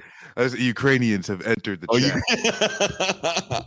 Like I thought that you could look at that as kind of a knock on capitalism, if you're really trying to look deep into that episode, because towards the end of that episode, one of the new First Order people who will become the First Order is like, look, they're going to be begging for us to come back and do what we did. And I was like, oh wow, they're going to do some interesting storytelling. And then Boba Fett kind of lost me on the first few episodes. I thought Boba Fett did some interesting stuff in the first couple of episodes, reaching back to this idea of the Tusken Raiders as the native inhabitants of Tatooine, and how they have been absolutely trampled upon by colonizers, by everybody. Yeah, absolutely. And then that's, to me, that's been an interesting aspect of the turn of this Star Wars, is those characters have traditionally been savages. They've been treated that way. It's common Western stereotype, and now that we're actually getting into that culture and stuff, I thought there was some interesting things happen there. And then I don't know, maybe I shouldn't have been surprised by the fact that they all got wiped out. I should have seen that coming, I guess. Well, as far as like other sci-fi stuff, and like I can't believe I've made it this far, but like I'm not a real nerd. Sometimes when you guys talking about this Star Wars shit, I'm like, I don't know. I should have got my brother. He's like steeped in it, but I feel like there's like a few series. I think people have mentioned like The Expanse is one of them, or it just kind of seems to build in like kind of the Blade Runner type of aspect of it, of like we will perpetuate into the future, with this inequality, and it's just going to look different ways. I think with The Expanse, you have people who are like generations into being born in space, and their bodies can't, adapt to like actual Earth gravity. And like they're exploited and all. Like there's another one where like I saw where they could implant their chips. There's like basically your soul is in a little chip that you can put into different bodies, but who are able to have chips and new bodies and all of these things, and it kind of just get you doing. I can't. But that's it's on Netflix. It's like a Netflix series. But it kind of just seems that like some of Black Mirror recent stuff that no, not Black Mirror. Altered Carbon. That's the one. But they kind of like, I don't know, re-hitting the point of, no, this is going to happen, so get used to it. It's gonna, the inequality is just going to look a little different in space, pretty much. I like The Expanse, and I read the novels, and I just finished the novels. There's like an extra sequence that they haven't done. I like it because it does talk a lot about class politics, and there's a lot of allusions to colonialism and resistance to colonialism. But ultimately, the solution to it all, it was like basically a new deal for the whole solar system. It was basically, let's bring sort of mid-century social democracy sharing back, but in space, which again was like I mean, the two writers for it, I follow them on Twitter. They are pretty traditional liberal types of people. I think that the book is the books are great, but it's a very capitalist realist book. It's like the best we can hope for is some kind of more humane distribution of power over the capitalist system. So as much as I like The Expanse, and I don't have any problem, I'm not criticizing The Expanse, but I don't know. I mean, there's nothing on TV that's really speaking to the Ursula Le Guin dispossessed tradition of sci-fi writing, where when I read Dispossessed, I was like, man, I really want to go live on that planet and see how it is on that planet. So it's because it's so different. And it's like just a different vision of how things might be organized. But and Star Trek, I just have to say this, Star Trek, I used to, like, my wife has a good saying. She goes, like, I only want to go to space when we get to the Star Trek Next Generation. I'm like, why? She goes, because they have carpets on the Enterprise, and you know if they have carpets on the Enterprise, that it's fine. Like, the last mainstream utopian science fiction was Star Trek The Next Generation. Because the new Star Trek that they're doing, it's all grim, dark nonsense. Like, people focus on, like, people get angry about, like, oh, they don't have any heterosexual white males as good guys and main characters. Who says that? People get really upset about. They're like, oh, there's too many black women. My favorite part about black women. There's like a black woman, and then they have like the only two main white guy characters are two gay guys. So it's literally the future the alt-right is terrified of. There are no heterosexual white men. There are only heterosexual black men and gay white men. Only one of the gay guys is white. The other is Latino. Yeah. So anyway, the point comes down to this. The problem, people don't know why they don't like the series. Some people obviously are like, oh, it's too woke. It's like, man, Star Trek was always a bit like that. But the issue is because it's just not very optimistic. It's all like gloomy and grim dark. And but isn't gloomy? But let's run it back to, like, when did The Crow come out? 94. Was it 94 The Crow came out? Sounds right. That is, to me, the beginning of all this shit is about to be dark as fuck. Maybe even you could run it back to 89 when Batman comes out. And that begins the start of, we're about to make the superhero shit super dark, and we're going to kill 79 Superman. Well, that all goes back to the mid 80s with Frank Miller and Dark Knight Returns in the comics first. So Watchmen and Frank Miller with Dark Knight kicks off the dark era of comics, which bleeds into the 90s with the movies. And yeah, so we're back to the Reagan administration. But seriously, remember that's always like an important place for me to go back to. But you know what? Another thing I found interesting in the Back to the Future 2 that I did not notice before. And I swear to God, either Harris had the script that he was writing off of, or he was sitting there going, pause it. And it's like writing down notes. But I didn't realize that Nixon gets a sixth term in Back to the Future too. Oh, and the Vietnam War went on to 1983. Yeah, there's a spin-off story.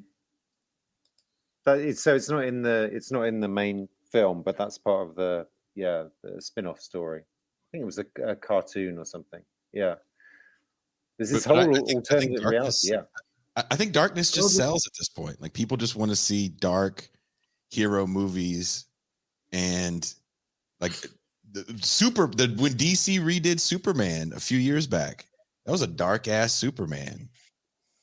Yeah, but there used to be some hopeful stuff out there, right? Like in the 90s, you could watch Star Trek The Next Generation, which was kind of chipper and upbeat. And then Babylon 5, which was pretty popular, wasn't quite as chipper and upbeat, but it was generally kind of like positive about the future, and the problems get solved at the end. But then I have a feeling like 9/11 and the Iraq War happened.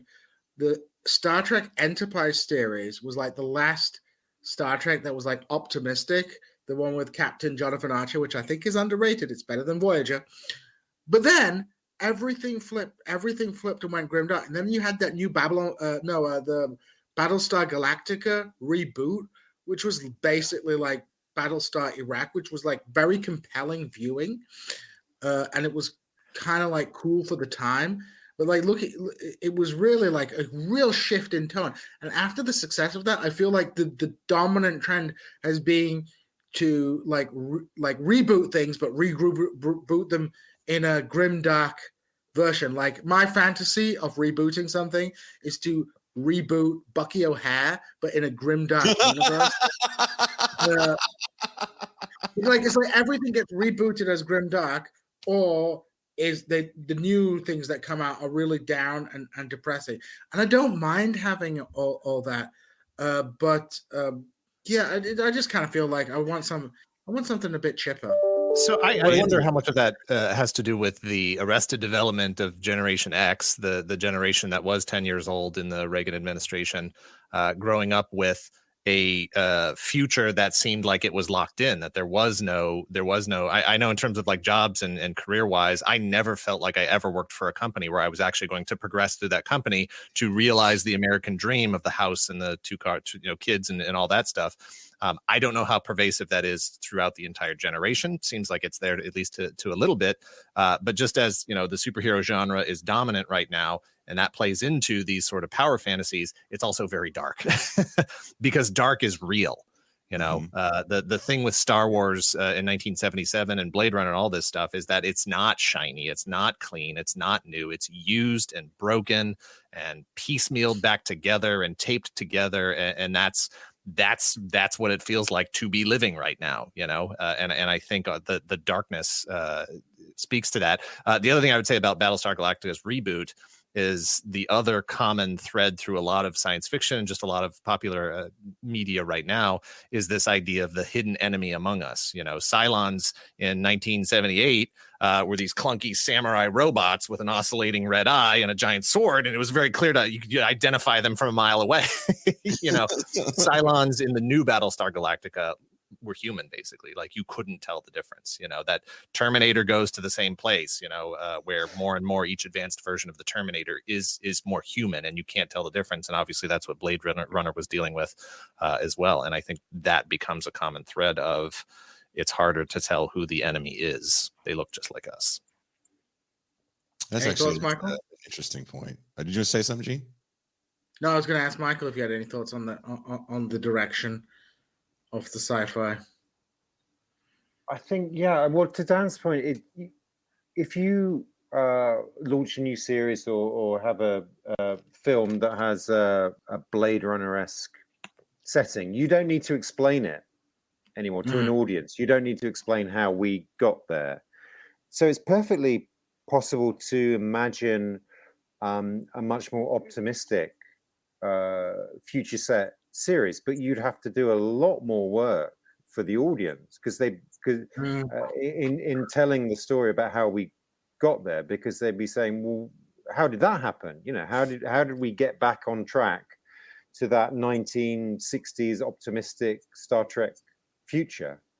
And what happened in between? Because we know the audience knows collapse is coming, as it were. So how did we get through collapse and then back to that? Optimism is the bridge too far. And you could do it. You could do it. I mean, I think, but look, the reason people love Star Trek is it's a group of intelligent people working together. They love the characters, right? I think so. It's the more optimistic setting, but I think the heart of it, the emotional heart of it, is here's a group of people solving problems each episode and getting themselves out of a hole, So you could imagine that in a kind of local solar punky kind of community. But I think you'd have to do a lot of work to convince an audience, even in kind of fictional credibility terms, that we could get back to a kind of universally positive universe, as it were, in the Star Trek sense. I mean, I think the sad reality is that before I ask the final question, because I know it's getting late where you guys are, is that we live in a world where people want IPs that sell. I mean, look at the reboot of Fresh Prince. We're gonna make it darker. Bel Air. Grim dark. Carlton's so dark. Literally and figuratively. We even got blacker black people. So you know that they're really black. And when they dance for white joy, it's for black fucking poverty porn. Look at them. You can't have a Uncle like Phil a is fat no duck, more. you know, you can't have a fat Uncle He's Phil. thinner and fit, and he's gonna bang your wife. And there's gonna be a whole storyline about Uncle Phil banging some white chick because the Fresh Prince is dark. He's black as shit, and he's coming for your white woman. Dun dun dun. D-Money and But now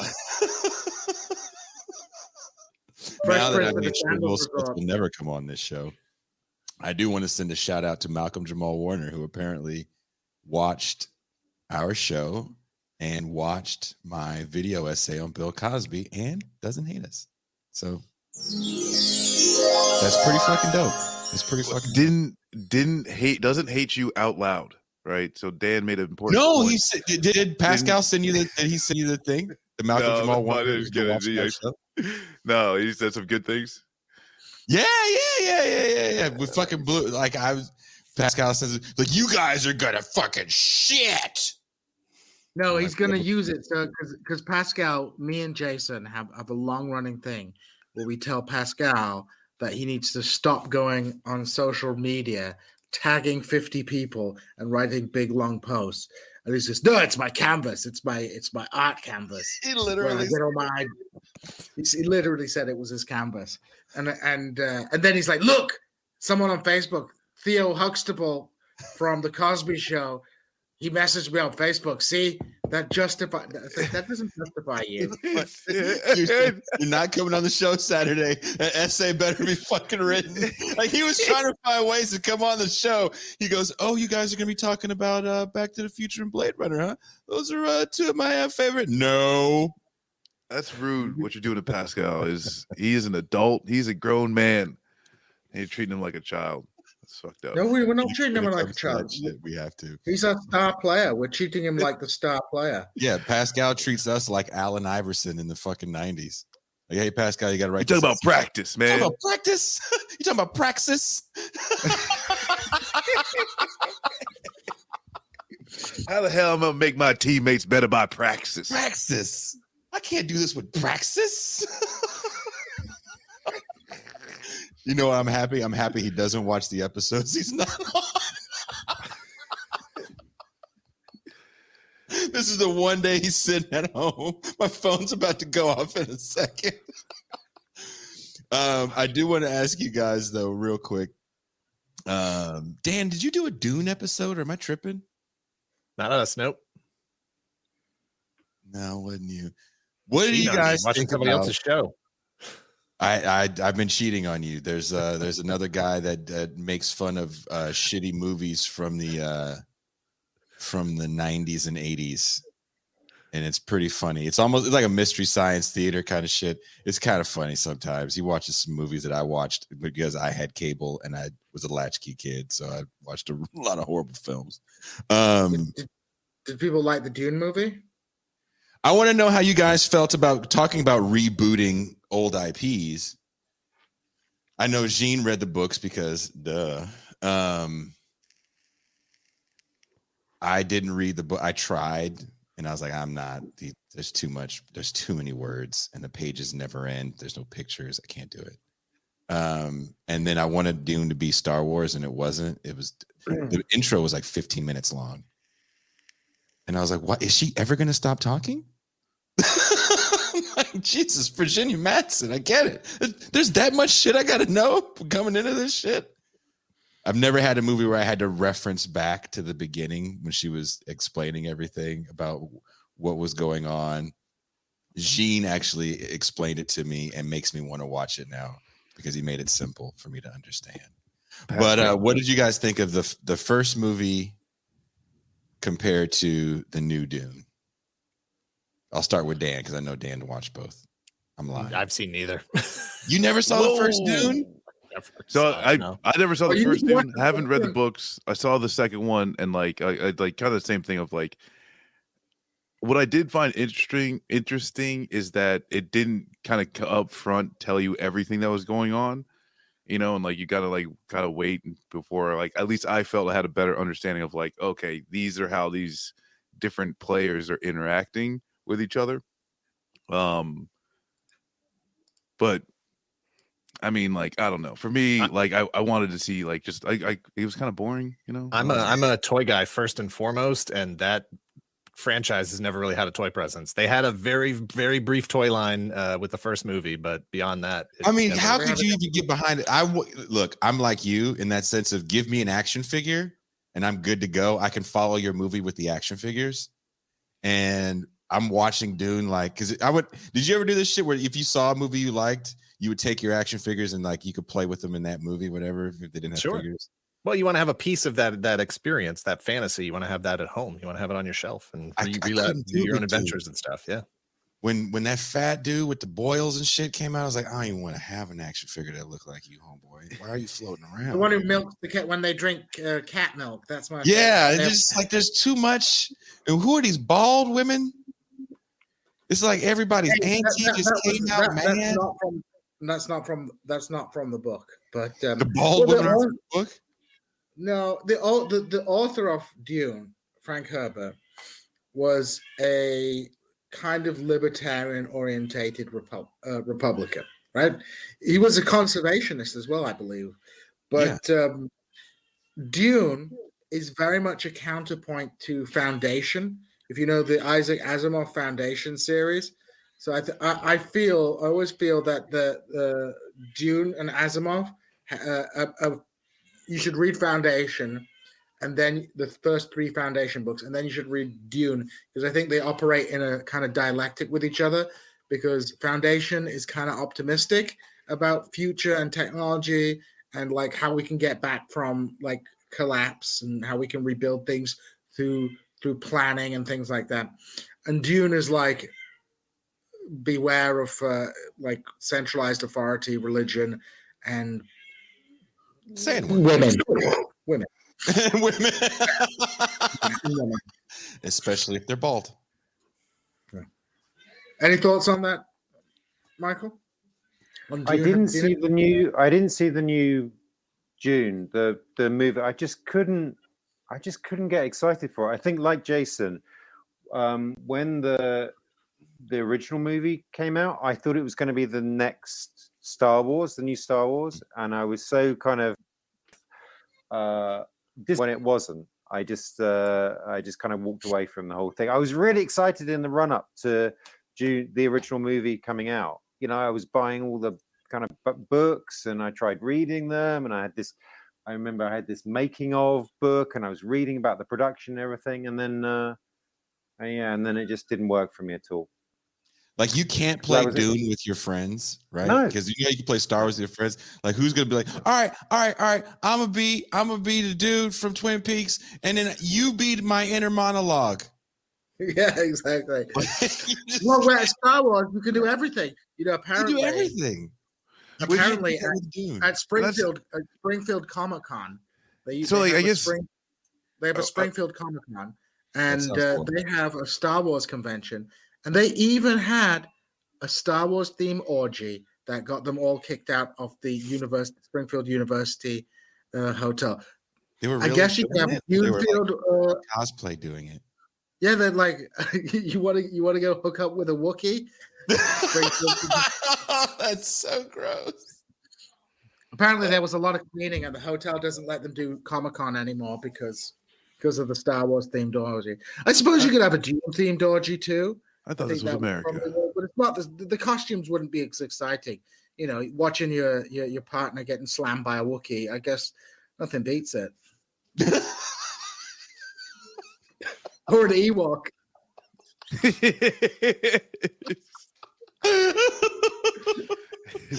Now, is that like, let's see, does that beat furries, or is that just an offshoot of the furry culture? I don't know. I think it's just a Star Wars thing, man. I think Star Wars people are very committed. It's a cosplay thing. People are very committed to their Star Wars cosplay. I think cosplay is pretty interesting. I think it's really cool what some people come up with. I've been at a Comic-Con before. I was like, oh wow, this is pretty neat. But I would never think, oh man, I wish I could fuck all these people. Like that never crossed my mind when I was at. Never once did it cross my mind. Like, man, fuck that stormtrooper. Like never, never. Well, I mean, did you never wondered what's underneath the armor? No, I never thought. Oh, look at this Thor. Look at hot Thor. Fuck hot Thor. I was just like, oh, that's a nice costume. Maybe because I'm wholesome. And the rest of you are horrible. Yeah, sure. That's it. That's fine. Well, I want to thank everybody for joining us today. I really appreciate you guys letting me talk about science fiction. And I get to listen to you guys talk about science fiction. I kind of want to ask Dan about Jar Jar Binks, but I don't want him to alienate his very large fan base, because I'm sure there's a bunch of Jar Jar Binks fans that will unsubscribe the moment he says. Can you do the voice, Jason? Can you do a Jar Jar Binks impression? Because I'm black? I believe he's Jamaican, so you might want to ask Marcus's fucking Mumbleclot ass. It's so fucked up. You just declared war on the whole island. You fucked up.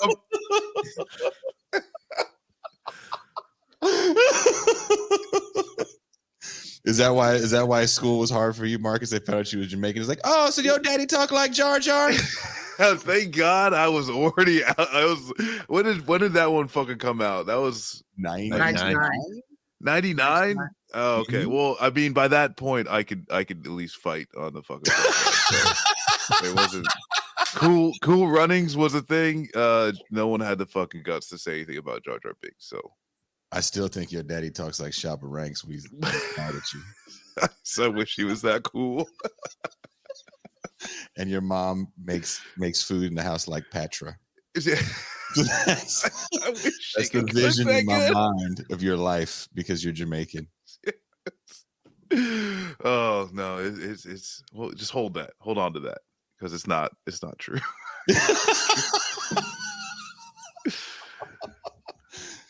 Well, it's going to be true in my mind. And there's a lot of pot smoke in your house.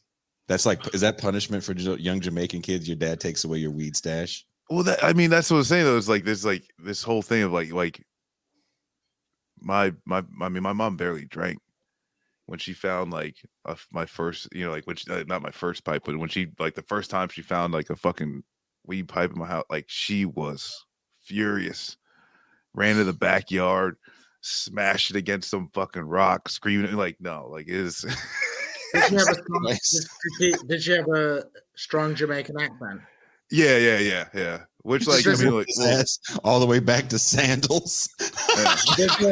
There's a TV show where they do. There's a TV show in Britain where it's like swapping parents, and they do a parent swap where they get some kids from England and send them to, like, I think it's either Jamaica or Barbados for parenting. Yes, I saw that shit. They take those kids to Barbados. These shitty ass white British kids. What the fuck kind of show is that in Britain? Dan, have you seen this shit? Go on YouTube. There's this fucked up show where they send these fucking just the shittiest white kids you can imagine. Just shitty fucking kids. And they ship them to some fucked off part of the island where motherfuckers ain't got shit, and they're like, now you finna live in these people's house and they ain't got shit. And the white kids just come there like, I'm gonna smoke. Don't give me you don't want me smoking. I'm gonna smoke. And I'm gonna shit all in your kitchen. I think they're Australian, right? And they're just fucking just pieces of shit. And then the brown people are like, hey, y'all gotta get the fuck out. Like, as a matter of fact, I don't even want this show money anymore. You are pieces of shit. And this is why your parents don't love you, because you're just shitty ass children. And then then the kids cry, because the kids always cry like, what? This is why my mom doesn't love me, because I'm a piece of shit that likes to smoke in other people's houses, because who really does that anymore? Because that's really gross and everything smells like cigarettes. And you want me to watch this show? I don't want to watch it. I just want Jason to play all of the roles in the show. Yeah. Jason needs to whip out his Jamaican accent though. He's got or his Barbados accent. Which Gene, I gotta say, the way you say Barbados, always, I can't do it. I always sound like I'm Scottish. Gene puts the ADOS in Barbados. Barbados. Well, the West Indian British accent is basically just the Cornish accent, isn't it? It's like Cornwall, but a little bit more sunny in disposition. Dude, I don't understand that show. Remember Wife Swap, where they'd be like, "Hey, you want to see something funny? Let's take this black guy from the inner city and have him go stay with some big white woman in the middle of America." Ha ha ha! No, this is way worse than that. This is way worse. This is sprinkling childhood trauma into it. Just send a tweet out like, "Yeah, I watched that shit, Jesus. You just fucked up my whole day watching these shitty ass white kids. Now I got to go kick one white young person in the ass at the neighborhood mall because you made me watch this shit." I deal with the shitty white adults in our comments all the time. I kid you don't need not. any more of that. There's a guy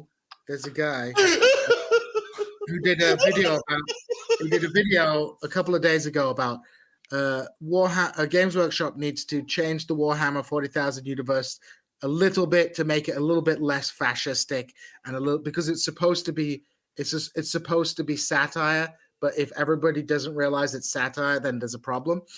And his comment section was bonkers. And the best comment was like, "Oh, you're all just brainwashed into thinking the Nazis were the bad guys, huh?" It's like, whoa. Wait a minute, Dan. What's the best worst comment you've got? Because your shows aren't like racially. We have a pretty good filter system. We have a pretty good filter system. That's producer Greg. I honestly don't even really look at most of the comments anymore. I can anticipate, what certain things are going to trigger people like that. We're not intentionally trying to poke any beehives or anything. I just know that sometimes when you use proper language and address people with respect and the way they want to be talked about, that sets people off, and we don't see it because we just block them. We don't give them a platform. We're not going to let them hijack our comment section in our videos to be dipshits, so we just block them, mute them, hide them, scream into the wind. I did learn that lesson from you, and that was a very valuable lesson I learned. It helps keep me mildly sane in this world where everybody can tell you to eat massive dicks, and I do want to throw a plug. It's like Left Flank. We were on this podcast. I don't know where this is going.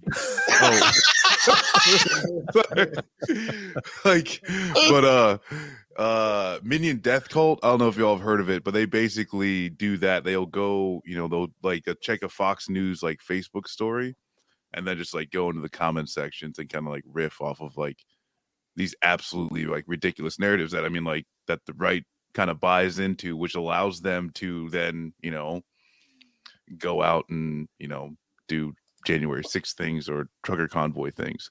But yeah, that's very interesting. Is like it's not very interesting. It's also like just terrifying. Like they have a Minions law that within like 2 or 3 comments, someone's going to be calling for civil war, and it's just like without fail.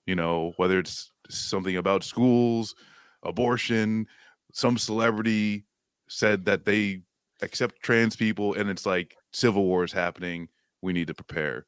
And it's very scary. It's very scary. We don't need the sci-fi for dystopia. We just need the comments. You need the comment section. Yeah. Well, to bring it all back to Blade Runner and social media engagement and all that stuff, part of the reason I just don't deal with it anymore is you can't tell who's real anymore. We already know that bots exist and bot armies exist, and they're too easy to buy and they're too easy to manipulate. And all of these trends and all of the truth and reality and what's real and what's fabricated, it's too hard to tell. I can't get too upset by comments on social media stuff because I honestly just don't know if that person's real. Is that a bot calling for civil war because you said one of the magic words that triggered the bot army? Who knows? Just block and move on. And plus I don't really there's more shit that like gets me hell of excited, and it's usually the Super 7 toy releases. This weekend Toy Fair. This weekend is virtual Toy Fair, so there's a bounty of stuff coming. I'm like, holy shit, they have a figure for that now. They probably have a figure for that really gross Dune guy with all the boils. What's his McFarlane name? has that license.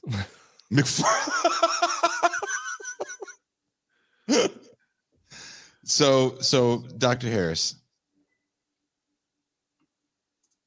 in closing, where do we go from here? Don't tell people to move to Mexico, because if more of me move down here, they're going to fuck up and jack up my rent. I'm enjoying $3 fish tacos. It's all about you, isn't it? Yes. I mean, if you really want to. Well, if you're not building a kind of resistance hub down there, I'm very disappointed. But you'll let us know when the time is right. I'll send like a special flare. Okay. You'll know the time is right. But I'll be there. I did want to say I wanted to show it, but I didn't know how to do it. I can't do it. But before we go, I want to ask. There was a video. Did I send it to Eugene? I sent it to Pascal and Teray. You know how we always talk about like people online say shit that they can't say in real life because there's repercussions. So there's a black guy and a white guy at an Applebee's in South Carolina, and the white guy is trying to explain to the black guy that there's different types of black people, and some of them are N-words and some of them are not, like the Chris Rock bit. And the black guy's like, say it again. And the guy's like, no, you don't understand. There's niggers. And like when the R came out, the black guy slapped him. He open-handed slapped him. And he slapped him repeatedly until I think he busted an eardrum, and he might have slapped that man back to the Revolutionary War. And then the guy gets up and he's confused, as one would be if they've been slapped 17 times with the might of all of oppression. And then the white guy goes, "What did I say? I just said Nick." And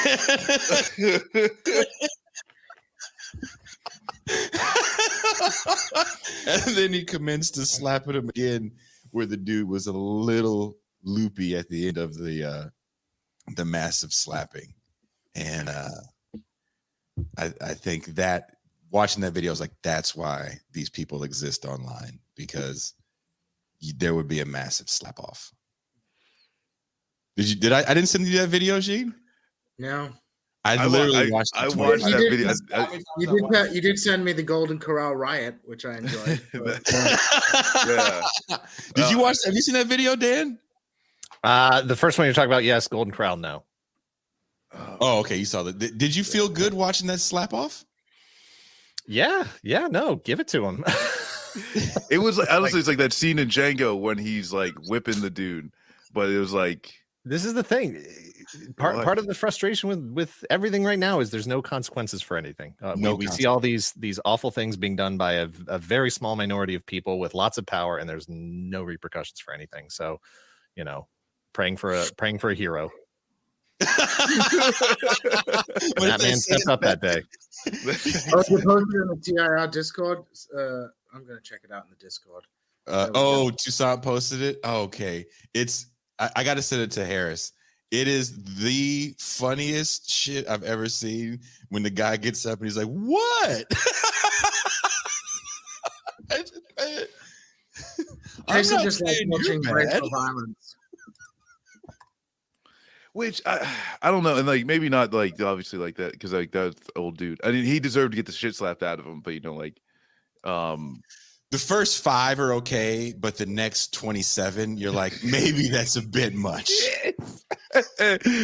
But no, I think like, and even if this is like kind of like wrapping in what we've been talking about, is the consequences to actions, but not like it, but also the putting forward of a plan and even telling about those plans. Right? There's people who are doing work, whether it's like housing, food, like all the things that like lefties love. And I mean, we just got to talk about it. We got to really like write stories about it, and so if like, even if like the superhero is just like some just normal black dude that decides enough is enough, and like then he's I'm gonna slap the shit out of you, man, and just slaps the shit out of racists. And if it's actually something that's like even like talking about something real on the ground about just people not fucking dealing with even like the minor fucking issues with racism and all this type of shit, maybe it could lead to more. So I'm looking forward to someone that's watching writing the fanfic of the dude slapping the shit out of the racist. And you got the Twisted Tea guy. You got the dude punching out the dude with the Nazi armband. You know what I'm saying? We've got heroes out there. We just need to draw them in cartoon form and make money off. I mean, spread the word. Spread the word about it. Make money off. We got to find but seriously, I look forward to this book coming out. But as of right now, you do have 2 books that are out. You have Stay Alive, which is about capitalism's collapse using the Hunger Games, and Welcome to the Rebellion, which I have mailed to several people. Like I said, I mailed Dan a copy. Appreciate it. Varoufakis is getting a copy.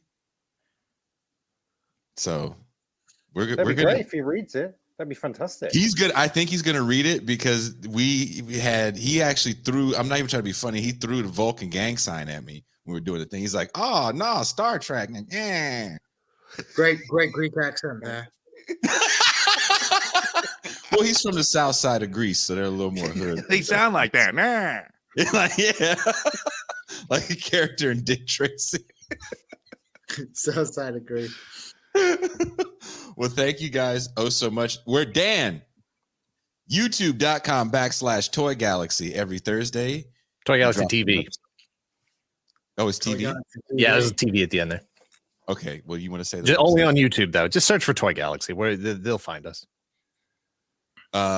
It's a great show. The latest what was the latest episode about? We just Double Dare. Double Dare. But I also wanted to watch the Alf one again. It's always in stock. You can watch it anytime you want.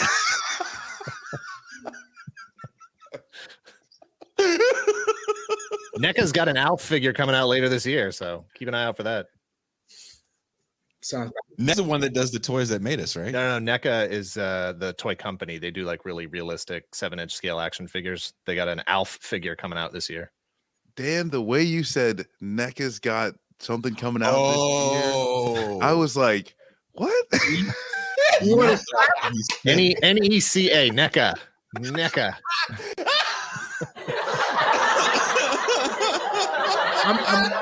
I'm waiting for. I want to see. I'm waiting for Dan Larson's take on Warhammer, though. I'm looking forward to that. We'll get to it. It's on the list. Oh, it's on the list. My. You thought Dan all of a sudden felt real comfortable where he was. I was like, I gotta slap somebody right now. Well, Jason does distribute one-time N-word use passes to. So you can apply. There's a charge. You have to send him some money, and you get a ticket that allows you one N-word. Yeah, it's a processing fee. No one's making money off of it. It's the processing fee. But you have to pay more. It depends. If you want to use an R or an A, the R costs a little bit more. Yeah. Kuba got one. Kuba talking about watching black. You know, he really did go back and watch black movies. Dan, can you do a show on House Party and alienate 90% of your fan base? I would do it in a way that they'd watch. I'd make it entertaining and educational. If you do a show on House Party, can you just send me an email the day before so I know to make popcorn and sit at the TV? Be like, oh man, I'm just going to read the comments. Fair enough. It was a battle rapping good time. It was the 90s. High top fades.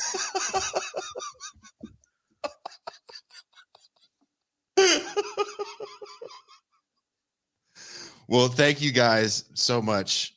I really appreciate this panel. Dan and Michael are actually kind of, I'll say it here live, influences on the work that I do and trying to get more professional, get tighter, get better. Harris is definitely an influence on helping me look at things in a different, deeper way. I do also get to message you guys outside of here, and you secretly help me with projects that I'm doing that you don't know you're helping me with. So I appreciate you guys, and I love the work that you do, and I hope everybody goes out and follows you guys. And Marcus and Jean, of course, you know how important you are to me. Jean, without you, there would be no video essays, because you're the one that tells me, no, Jason, this is the wrong word here. Change that to this, and you spell like shit. So everybody on the panel today is extremely important in the content that TIR creates. So from the bottom of my heart, I really do appreciate you guys and the work that you do.